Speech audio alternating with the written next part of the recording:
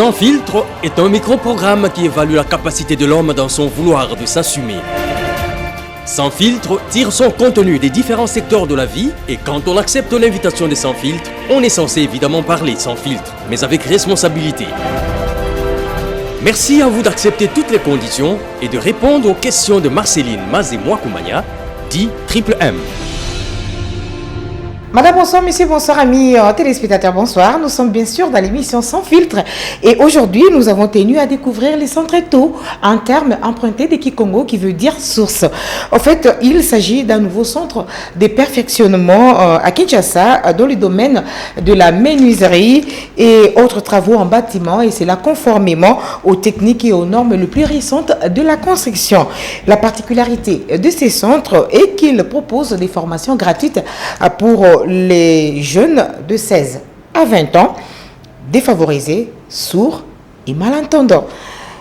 Et c'est là du 1er novembre 2021 au 31 octobre 2023. Nous allons donc converser avec Mansia Wabela, son promoteur, pour en savoir un peu plus. Mais avant cela, je vous présente les centres.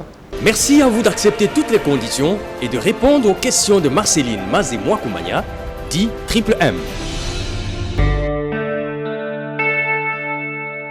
Le centre Nto est situé dans la commune de Selembao sur avenue Ngalani au numéro 9 du quartier Iradi.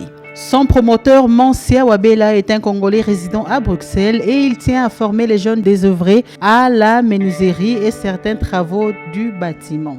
Cette formation qui va durer 2 ans, soit du 1er novembre 2021 au 31 octobre 2023, s'appuiera sur l'usage des nouvelles technologies dans le domaine avec les matériels électriques qui épargnent le gaspillage de l'énergie physique. Cela n'exclut pas l'apprentissage manuel pour pallier à certaines situations désagréables.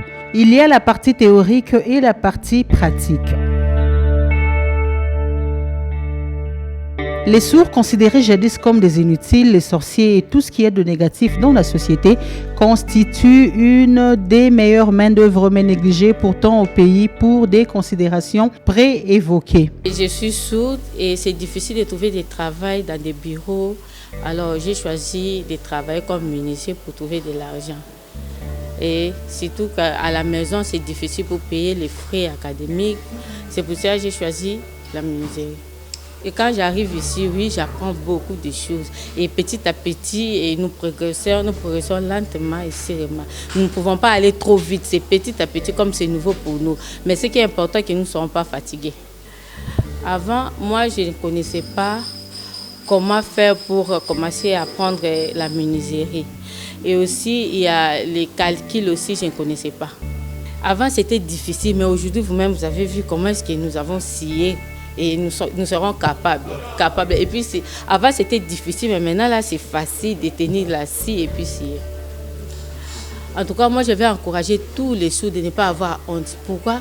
Parce que c'est important d'apprendre. Effectivement, les débuts, ça a toujours été difficile, mais n'ayez pas peur, venez, apprenez et vous allez voir que vous allez vous en sortir. Et soyez seulement courageux, vous allez vite progresser, je vous le promets. Cette action salvatrice qui inclut la gratuité a besoin de soutien des tierces pour grandir et s'ouvrir au grand nombre. Mais seulement, le centre se trouve buté au problème d'électricité et a besoin pour cela d'un groupe électrogène, voire un panneau solaire puissant pour compenser les difficultés d'électricité. Les difficultés qu'on a, c'est le courant. Il n'y a pas le courant. Je pense que même quand on a construit cet hangar, on avait fait des semaines. Il n'y avait pas de courant. Je n'ai jamais vu le courant ici. Donc, si vraiment la SNEL peut nous donner le courant, ça sera une bonne chose. Sinon, les gens de bonne volonté, s'ils peuvent nous acheter ou nous donner les dons des groupes électrogènes des puissances qui peuvent faire manier ces machines ici, ou par exemple des panneaux voltaïques, par exemple, et ça c'est bien aussi, des mêmes puissances. Donc ça va vraiment nous aider parce qu'on ne peut pas avancer comme ça sans l'énergie. Et surtout cette énergie-là est électrique, si on n'a pas ça, on est en 21e siècle. Mais on travaille toujours dans l'esprit du 19e, 18e siècle et ça ne va pas. On veut qu'ils travaillent avec ces matériels-là parce que, comme j'ai dit, on va travailler plus dans les rénovations, dans la construction pour construire vite, les préfabriquer, monter les meubles, faire tout ce qu'on a besoin pour que ça avance vite. Il faut des machines. Il faut des machines parce que c'est un projet qui attaque la pauvreté. Donc on forme les jeunes pour qu'ils soient engagés demain. Dès qu'ils seront engagés, ils vont travailler à l'heure et à temps parce qu'ils ont appris de la connaissance avancée avec les machines, pas manuellement. Parce que travailler dans la construction sans les machines, on ne peut pas avancer. Donc ces jeunes, après 2 ans, ils vont travailler. Donc c'est pour cela qu'il faut avoir du courant en permanence pour leur apprentissage de tous les jours ici pendant les 2 ans.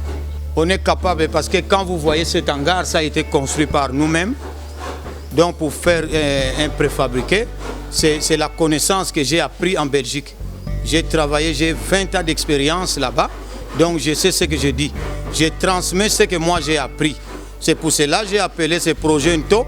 Nto qui signifie la source.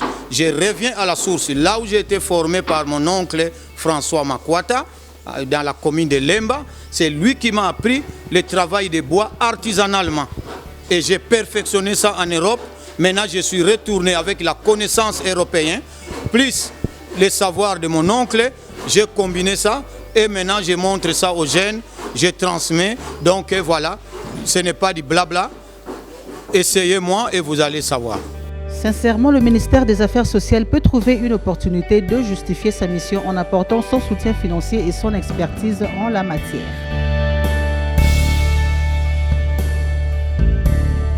Merci à vous d'accepter toutes les conditions et de répondre aux questions de Marceline Mazé-Mouakoumania, dit Triple M. Monsieur Mansia Wabila, bonsoir. Que peut-on savoir de vous? Oui, je m'appelle Monsieur Mansia, Abel Mansia.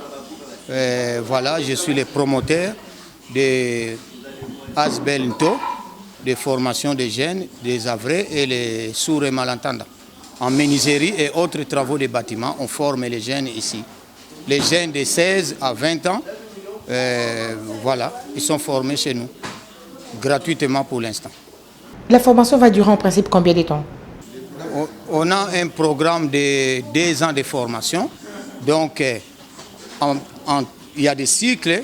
On a terminé du 1er novembre 2021 jusqu'au mois de janvier, le 31, on a terminé le cycle de théorie.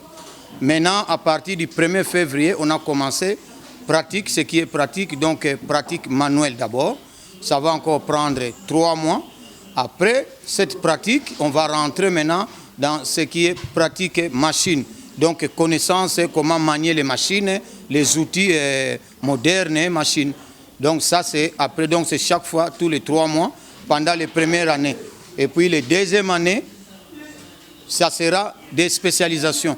Donc on sera plus dans les chantiers, dans les ateliers, pour les stages de gauche à droite, pour manier tout ce qu'on a appris ici.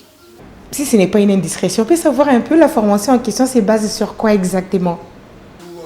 Mais en fait, ici, ils apprennent un peu les générales. Donc, il y a les bénisteries. On fabrique les chaises, on fabrique les tables, voilà, les meubles comme ça, les fauteuils. Il y a la menuiserie, qui est menuiserie de parachèvement intérieur. Donc, c'est plus la construction. Donc, c'est montage des portes, fabrication et montage des portes, des cuisines équipées, des cloisonnements, des faux plafonds en gyproc, des parquets, des barres, des comptoirs, beaucoup de choses qui est pour le parachèvement intérieur. Donc, on forme les menuisiers du bâtiment et les ébénistes aussi. Mais ils vont plus travailler dans les bâtiments que dans l'atelier. Donc voilà. Ils ont aussi la charpente et le coffrage.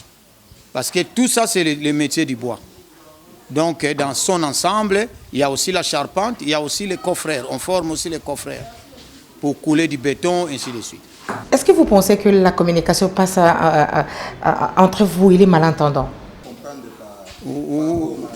Oui, on se fait comprendre grâce à l'interprète. On a des interprètes qui font un grand travail de transmission, donc d'interpréter, donc avec les formateurs, et ça passe bien les courants et ils arrivent à comprendre. Donc au fur et à mesure, nous sommes avec les sourds et malentendants, nous aussi on commence à comprendre leur langage et facilement, et aussi ils apprennent vite parce que même sans l'interprète, ils arrivent à comprendre aussi avec les gestes pratiques et tout ça, ainsi de suite. Donc ça nous fait avancer. Vous, personnellement, vous êtes satisfait de la formation administrée aussi à ces récipiendaires? À fond, et je le confirme parce que moi-même je suis en train de voir l'expérience depuis qu'on a commencé. Ils sont très curieux, c'est eux qui posent plus de questions et ce sont des questions vraiment qui vont vraiment dans mes objectifs. Donc demain, vraiment, chapeau, vous allez les voir sur le terrain et ils vont construire le Congo de demain.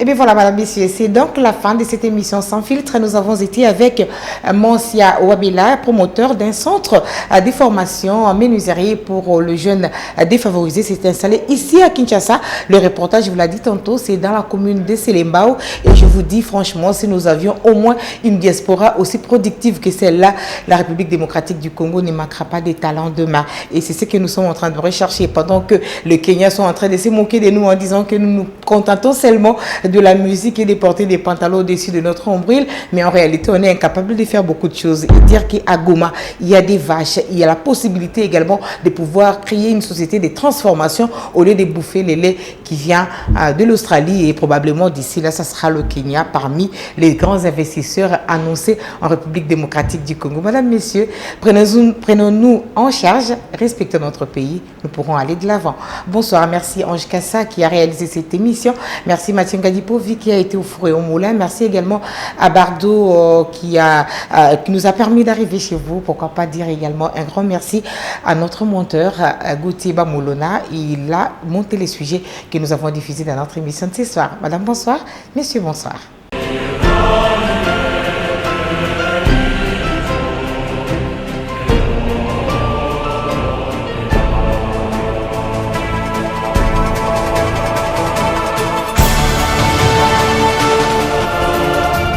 Sans filtre est un micro-programme qui évalue la capacité de l'homme dans son vouloir de s'assumer. Sans filtre tire son contenu des différents secteurs de la vie, et quand on accepte l'invitation des Sans filtre, on est censé évidemment parler sans filtre, mais avec responsabilité. Merci à vous d'accepter toutes les conditions et de répondre aux